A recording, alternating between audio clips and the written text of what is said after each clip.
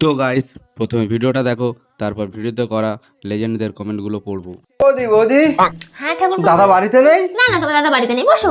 না না, পরে আসবে না।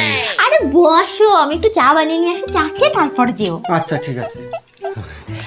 এই নাও ঠাকুরপো, চা খেয়ে নাও। চলে এসছো? ঠিক আছে ঠিক আছে। চা তো ঠিকই আছে, দুধটা একটু কম কম মনে হচ্ছে না? ও, দুধ কম মনে হচ্ছে? তাতে কি হয়েছে, বার করে নাও না। तो चलिए शुरू करते हैं। বউ দিয়ে ব্যবসা কত গো?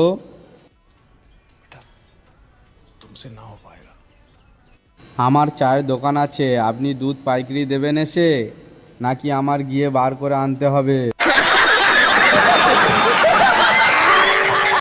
দাদা বৌদির রেট কত?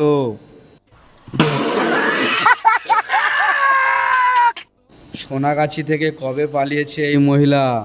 अबे साले तभी मेरा माफ करना, गुस्से में इधर उधर निकल जाता हूँ।